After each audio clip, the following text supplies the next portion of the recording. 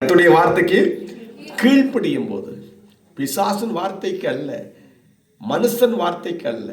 மனுஷன் வார்த்தை என்ன இருக்கும்?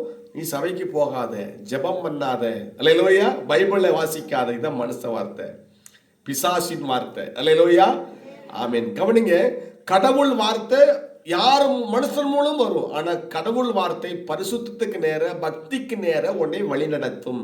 அந்த வார்த்தைக்கு நீ கீழ்ப்படியணும். கடவுள் வார்த்தை துரோகம் செய்கிற வார்த்தையாக இருக்காது, துரோகம் செய்கிற வார்த்தையா இருக்காது, குத்துகிற வார்த்தையா இருக்காது, அளவைக்கிற வார்த்தையா இருக்காது, உன்னை ஊன்றி கட்டுகிற வார்த்தையா இருக்கும். அதான் கர்த்தருடைய வார்த்தை. அல்லேலூயா, ஆமா. கர்த்தருடைய வார்த்தைக்கு நீ கீழ்ப்படியும் போது கடவுள் உன்னை ஆசீர்வதிப்பார். ஆபிரகாம் கீழ்ப்படிந்து இன்ன தேசம் என்று அறியாமலே புறப்பட்டு போனார். அவர் வாழ்க்கையில் ஆண்டவர் செழிப்பாக மாற்றினார்.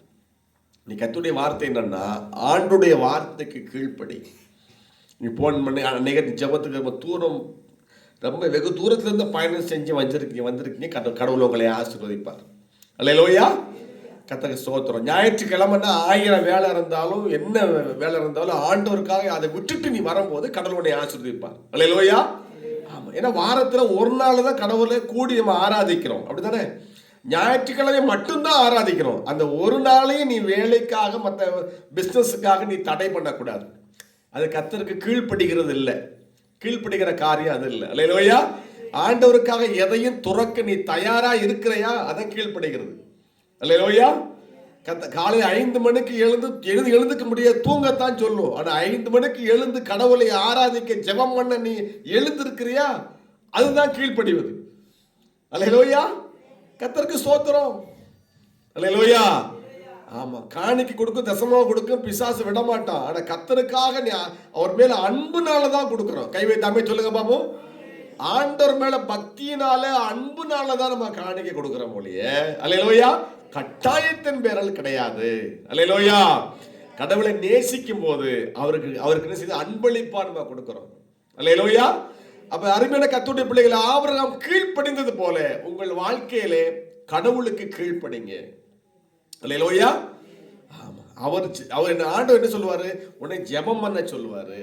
அல்லேலூயா, உன்னை விசுவாசிக்க சொல்லுவாரு. உன்னை பயப்படாதேன் பாரு, உன் கூட இருக்கிறேன் பாரு, நீ என்னோட இரும்பாரு. அதுக்கு நீ கீழ்ப்படிக்கணும், அவ்வளவுதான். ஒண்ணு கேட்கல, நீ என்னோட இரும்பாரு. சீசர்களை 12 பேரும் கூடையே வச்சுக்கிட்டாரு. அல்லேலூயா, கர்த்தருக்கு ஸ்தோத்திரம். கூடையே வச்சுக்கிட்டாரு. மகதலேனா மரியாள் இயேசு விட்டு போகவே இல்லை. அவர் சிலுவையில் அடிக்கிறாங்க, சாகுறாங்க, அப்பையும் போகல. அவர் அடக்கம் பண்ண போறாங்க, அங்கேயும் போகல. 3ஆவது நாள் கூடைய கல்லறை பக்கத்துல போய் இருக்குது. அல்லேலூயா, இயேசு செத்து போயிட்டாரா, இனிமே வரமாட்டாருன்னு மத்தவங்க எல்லாம் போயிட்டாங்க. ஆனா மகதலேனா மரியாளுக்கு விசுவாசம், அவர் செத்தாலும் வருவாருன்னு சொன்னாரு, நிச்சயம் வருவாருன்னு. எங்க இருக்கு? கல்லறையில அதிகாலையில போய் 4 மணிக்கு காத்து கிடக்கு.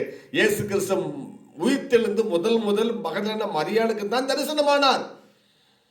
அல்லேலூயா, அவர் வார்த்தைக்கு கீழ்ப்படிந்து எங்க காத்திருக்கு? கல்லறையில காத்திருக்கு. அல்லேலூயா, ஆமா. எந்த நிலையிலும் ஆண்டவருக்கு உண்மையா இருக்கிறது. ஆண்டவர் பார்க்கலையே, செத்து போயிட்டாருன்னு போயிட்டாங்க மத்த சீசர் எல்லாம். ஆனா மகதலேனா மரியாள் இல்லை. ஆண்டவர் எங்க இருந்தாலும் உன்னை பார்ப்பார். அல்லேலூயா, கர்த்தருக்கு அவருக்கு மரணமே கிடையாது. 3ஆம் நாள் உயிரோடு எழுந்தார் அவர். நீ ஆண்டவருக்கு கீழ்ப்படியும். எந்த வயல்ல வேலை பார்த்தாலும், கடையில வேலை பார்த்தாலும், வீட்டில் இருந்தாலும், காலேஜில் இருந்தாலும், எங்க இருந்தாலும் கடவுளுக்கு கீழ்ப்படியணும், மனுஷனுக்கு கீழ்ப்படியக்கூடாது. அல்லேலூயா, கர்த்தர் நிமித்தம் மனுஷனுக்கு கீழ்ப்படியணும். அல்லேலூயா, ஆமா. கர்த்தர் நிமித்தம், ஆமா. உலக அதிகாரிகள் எல்லாம் கர்த்தர் கொடுத்துருக்கிறாரு. அப்ப கர்த்தருக்கு அதிகாரிகள் கீழ்ப்படியணும். ஆண்டவர் சொல்றாரு, நம்ம கீழ்ப்படியணும். அதிகாரி இருக்கக்கூடாது. அல்ல ஆசிரியர்கள் நமக்கு